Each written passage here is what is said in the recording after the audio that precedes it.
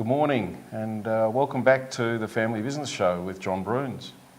Today I have with me Paul Kordic from Cullen Macleod. I just want to thank our sponsors for today, and today's sponsor is Tech, the Executive Connection. I've been associated with Tech for many years. I've been both a member and a facilitator, a Tech chair. Tech is all about better decisions and better leaders.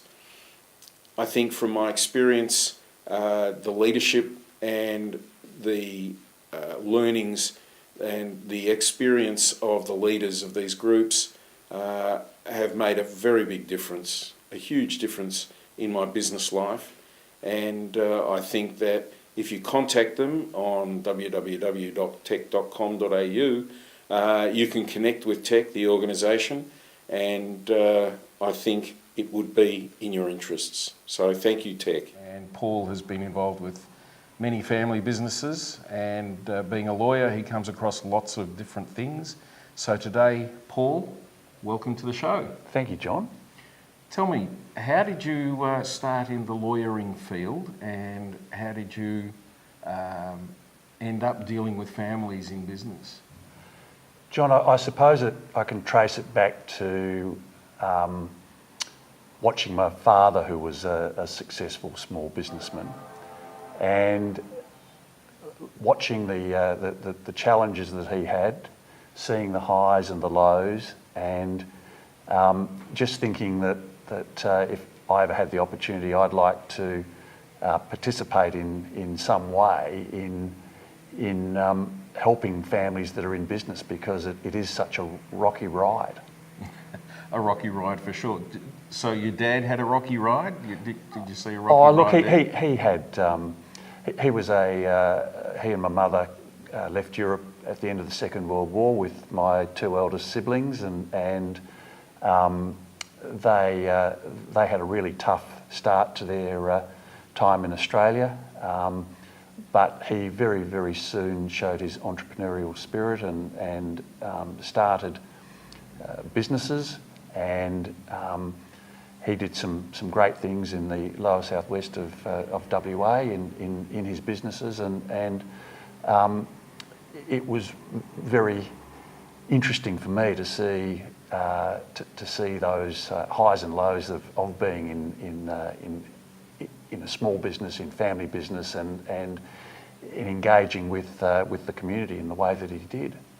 So you worked in the business, you did a little bit of hands-on stuff as you grew up, you got to know what the businesses, because your dad's, you mentioned a number, so you actually did a little bit of work for Dad as you were growing up.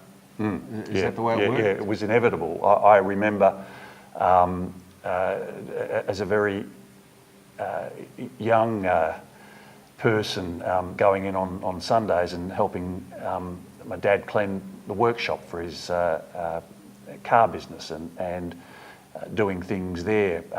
In holidays, I'd go and work on the service station or on one of the farms, and there was always stuff to do. So it was just a matter of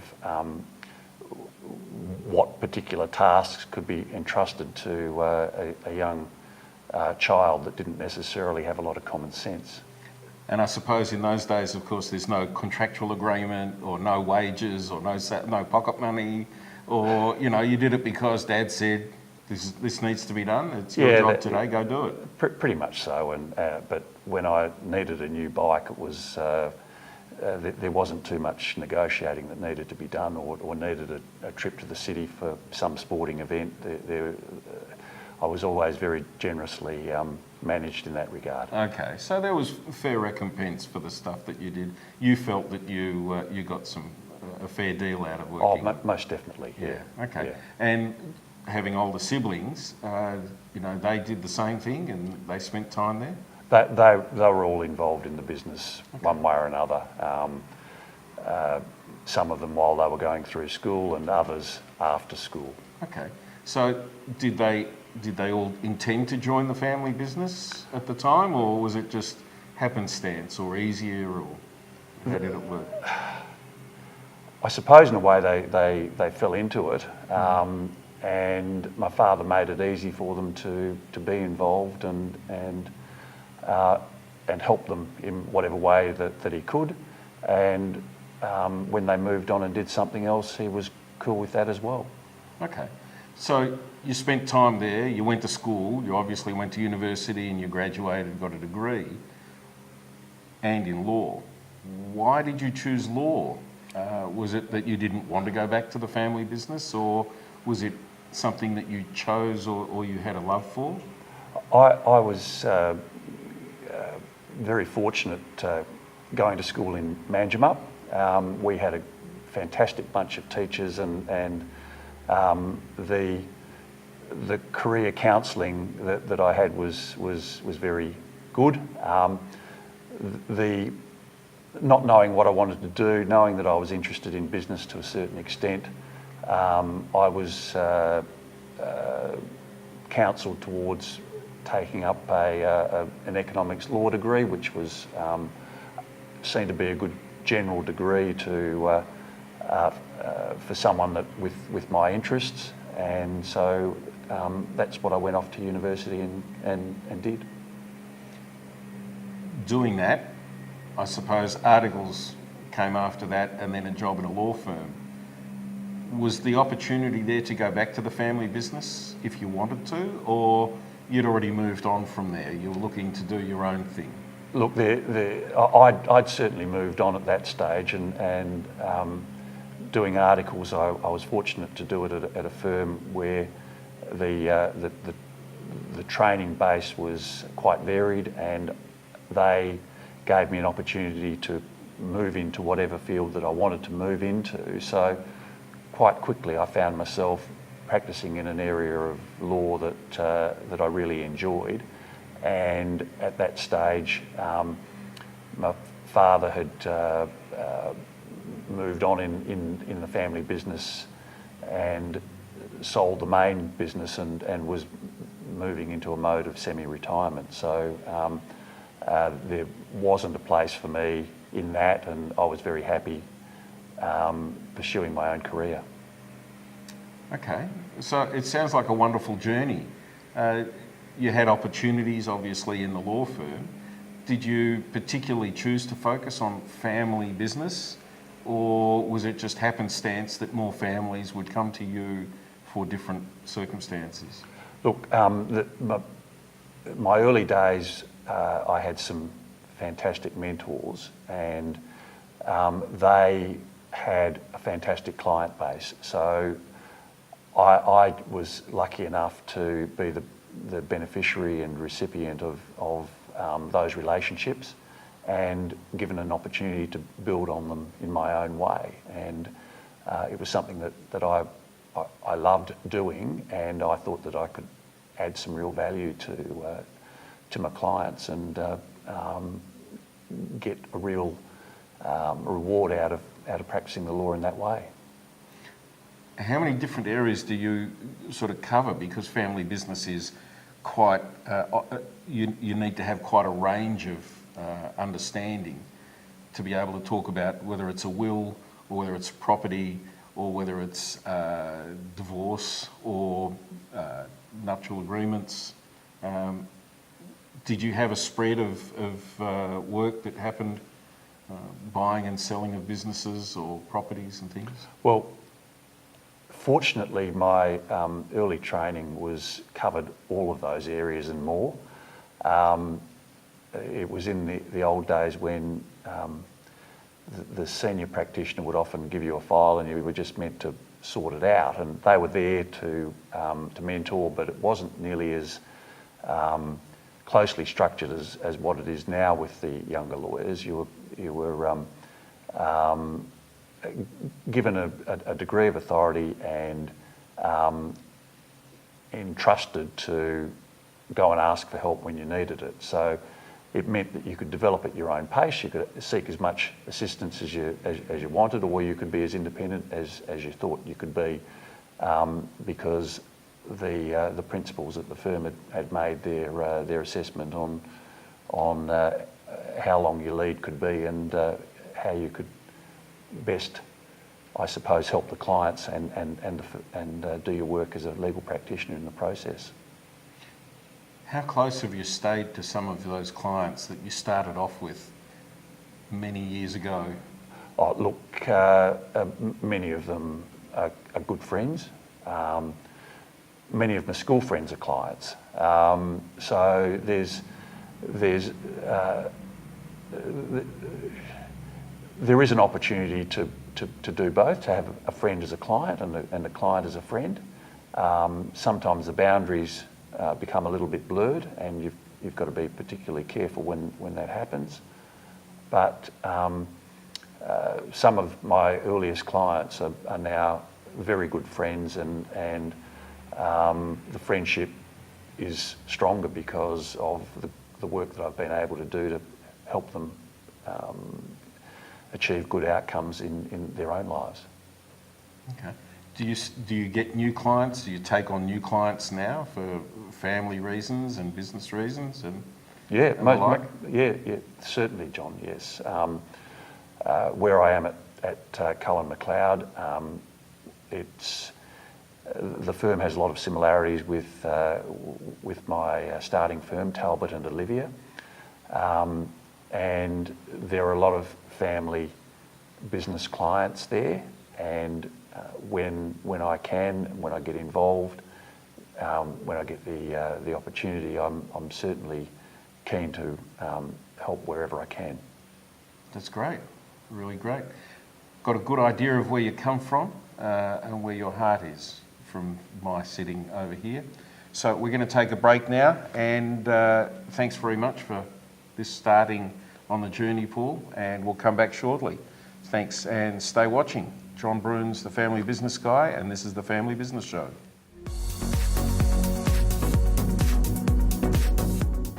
Welcome back to the Family Business Show, and today my guest is Paul Kordic from Cullen Macleod, and we're talking around about legals and lawyers and working with family businesses.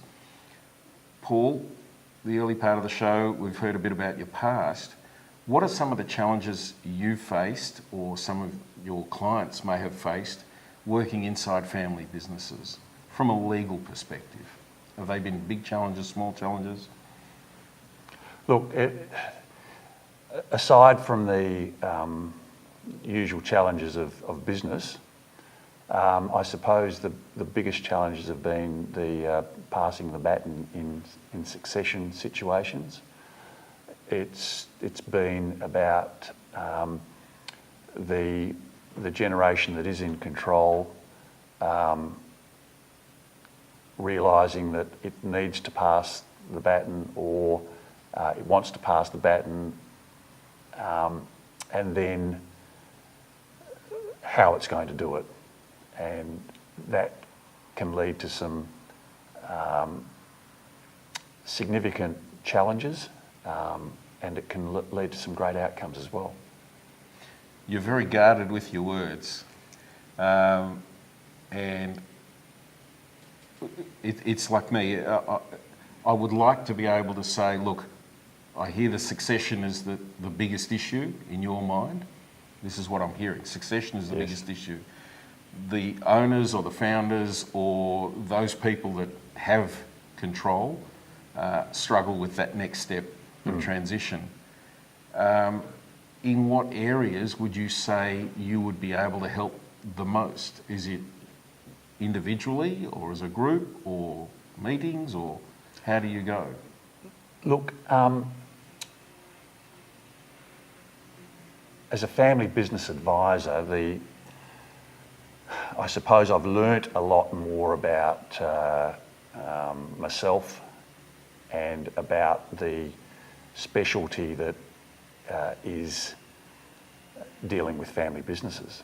And I understand that just because I have legal qualifications, that I'm not the person to fix all their problems.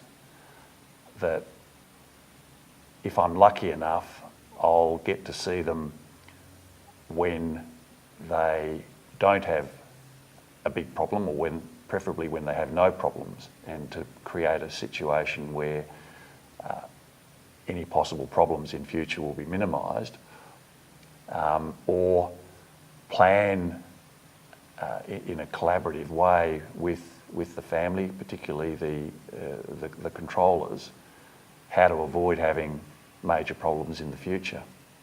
Wouldn't it be nice to start before the problems start? That's the ideal as an advisor to a family business. It doesn't always happen. So a lot of times the people that come to you are already in argument place or emotional distress. And is it the major problem you're saying is the succession, but I'm sure other stuff comes in there as well. Always, John. I suppose I wish I had a psychology degree as well as my law degree. I think that might have stood me in good stead in coming to understand some of the challenges that family businesses have, because quite often the family issues will cloud what is a simple legal issue. If we go in and just identify the legal issue and we don't fix the family issue, then the outcome isn't achieved. From my experience, I know that the family is the controlling entity. So if I find distress in the business, it's in a lot of cases it comes from distress in the family. Distress in the family sometimes comes from stress in the business, but it's generally which one comes first, and I would say that the family is the stressor first. So in this point, just share with us maybe, is it more a family disagreement, or is it a one-on-one, or is it between a parent and a child, or is it all of the above? You mean In these challenges that you come across? Look, it's all of the above, John. Families are made up of people. Every one of us is different. Every situation that we're in is coloured by our past, and our past may be as recent as 5 minutes ago when there was a bad encounter experienced by a particular person, and the next person they happen to see is that family member that is part of the business. That understanding that psychological aspect and developing a strategy to manage it is critical in dealing with family business issues. And as I said, the lawyering is the easy part usually. So it's the emotional stuff that you end up having to try to resolve through a black and white answer written on a document. Well, it can be, because people can't bring themselves to address the black and white. The other stuff is just clouding their vision. Okay. Are there any other challenges that you see? I mean, from the point of view of ageing parents or ageing siblings, or maybe some idea of some of the other challenges that you've come across? Look, the teachings of family business advising draw us back to the three-circle model: the ownership, the management, and the business. And it's the interaction of those three which is the essence of family business. They all have challenges in how they're implemented. I suppose often the problem that I see is the family members that perhaps aren't involved in the business, and that's in a succession issue, and how that gets managed with a transition between generations. So that the typical scenario of the older generation working actively in the business, some of the younger generation are in the business and some aren't, and the older generation trying to develop a succession plan for the business and yet provide for those that aren't in the business and keep the family happy in the process. That's probably the typical challenge that I see. It's interesting that you raise that. From somebody watching, from their perspective, they might be thinking, okay, how do I give this business to one or two of my children if I have one or two children? But if there's other children and they're not going to receive any share of the business, or they might receive a share but not have active involvement, how do they then structure it? And that needs to be discussed at some stage, doesn't it? Otherwise, you're always going to have this issue of how do we look after that person who's not in?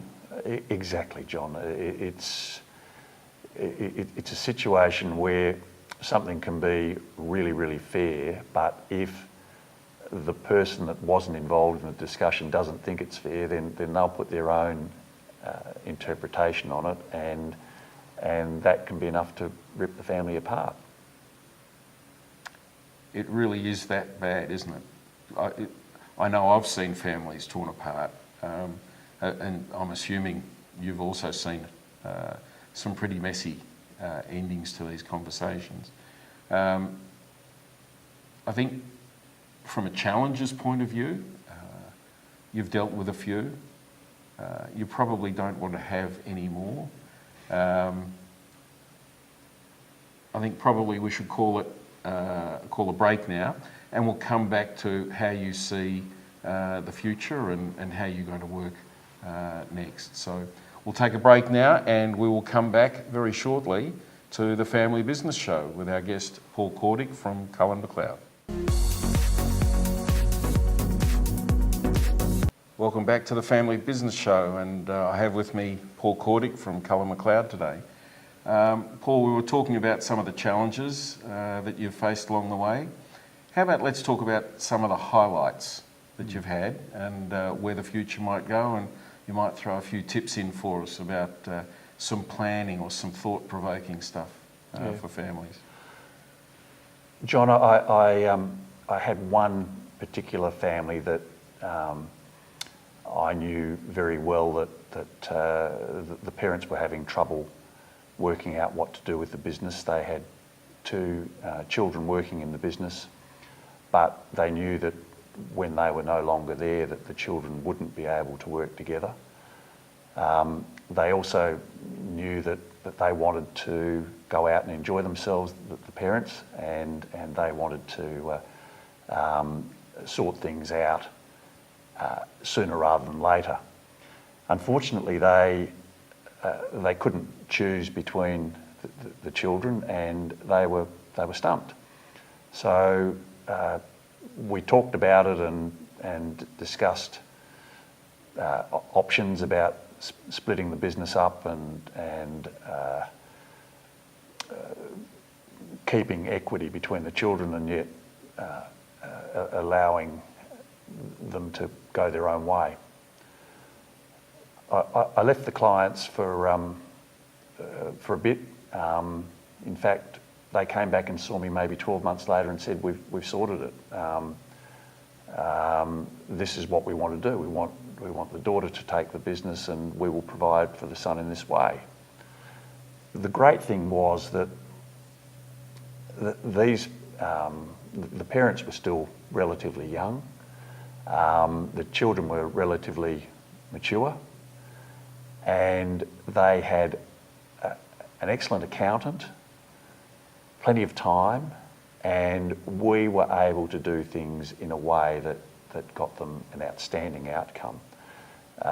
We were able to take all the necessary financial advice. We were able to structure things so that they weren't penalised as businesses often are when they are rushed into making certain decisions and moving assets around in certain ways. Once all of that had been sorted out,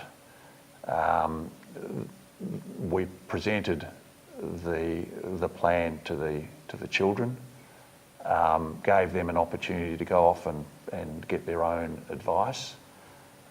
Neither of them chose to do that. the transaction was concluded. The parents went off and did their thing. Daughter ran the business. Son was very happy with his lot, and I just think that was the highlight, that particular transaction, and the parents are still very good friends as well as clients. Another one that Just on that, I'm hearing start early, think about it, take your time, plan, and talk together. yeah, and consult, yes, consult with the Wow. stakeholders, yeah. Great tips. Yeah, they did it really well, and to be part of that team was particularly satisfying. The point I missed was use your advisors. Yeah. The accountants did a terrific job. We did our job. We got in others as we needed them, and it just It takes worked. a team, doesn't it? Yeah. It's not just one person. It takes a team of people that can work together to get the best outcome. Definitely. Great. Yeah. You were just starting to talk about another Yeah, look, family. there's another one which is also close to my heart, and this is one that I've been working with for probably 20 years now, and the patriarch has consulted with me and his accountant in structuring a succession plan. He's a very strong personality and has very fixed ideas about things, and in the early days I was happy to be I suppose dictated to in the way that we often are as professionals, as practitioners. I then drifted away from that particular family's affairs, and another practitioner in my firm was looking after them, but I was keeping an eye on it from a distance. One day when the patriarch came in, I said, I'd like to see you if I can, and we sat down in an office, and there was one particular transaction that or aspect of the family succession plan that troubled me, and it troubled me even more having recently done the advisor accreditation for family business. And this is a plug for the training program, but it just concerned the way that the patriarch was providing for the son who was staying in the business and the other children that were out of the business. And the patriarch's vision was for the son to be paid in a certain way, and for the ultimate shares that the other siblings would receive would be dictated to by percentages.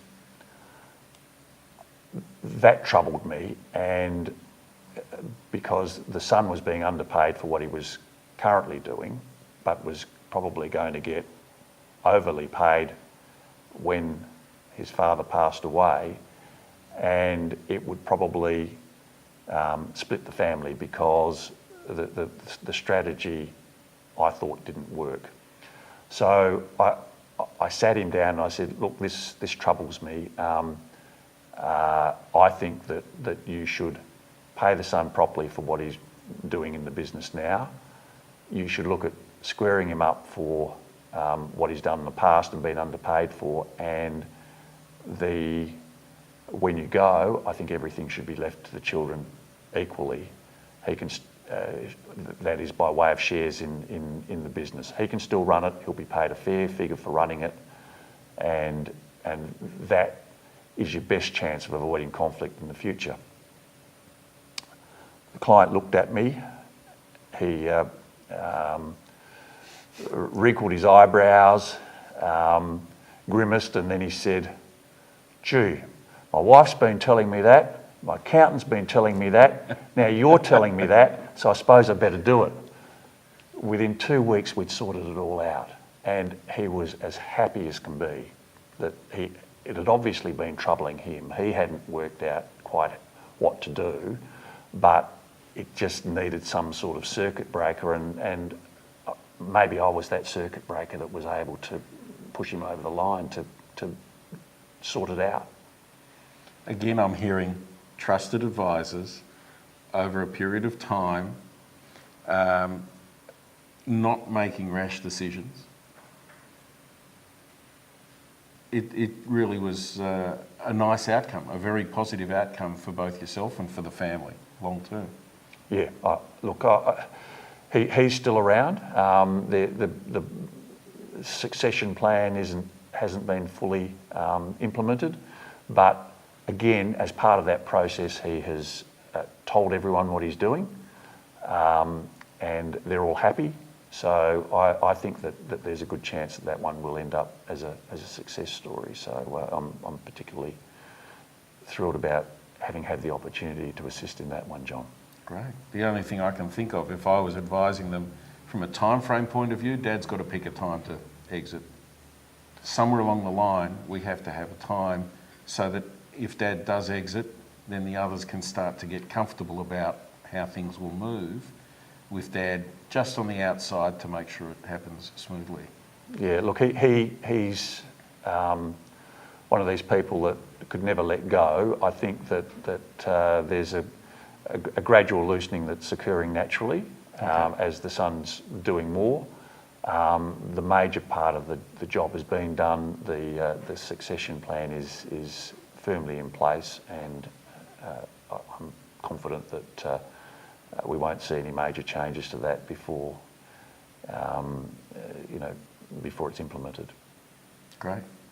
Paul, I want to thank you very much for these wonderful insights and sharing that you've given us today. It's been my pleasure to have you on the Family Business Show, and I'm sure I'll be catching up with you again. It's Christmas time, so I think we might get a drink in before then, hopefully. But thanks very much for coming on the show today. And thanks very much for watching the Family Business Show with John Broons, the Family Business Guy. Subscribe to the YouTube channel. We'd love you to subscribe. If you want to make some comments, I'm happy to reply and speak and connect with you. And if you want to touch base, my email is john@johnbroons.com. Have a great day. I just want to thank our sponsors for today, and today's sponsor is Tech, the Executive Connection. I've been associated with Tech for many years. I've been both a member and a facilitator, a Tech chair. Tech is all about better decisions and better leaders. I think from my experience, the leadership and the learnings and the experience of the leaders of these groups have made a very big difference, a huge difference in my business life. And I think that if you contact them on www.tech.com.au, you can connect with Tech, the organisation, and I think it would be in your interests. So thank you, Tech.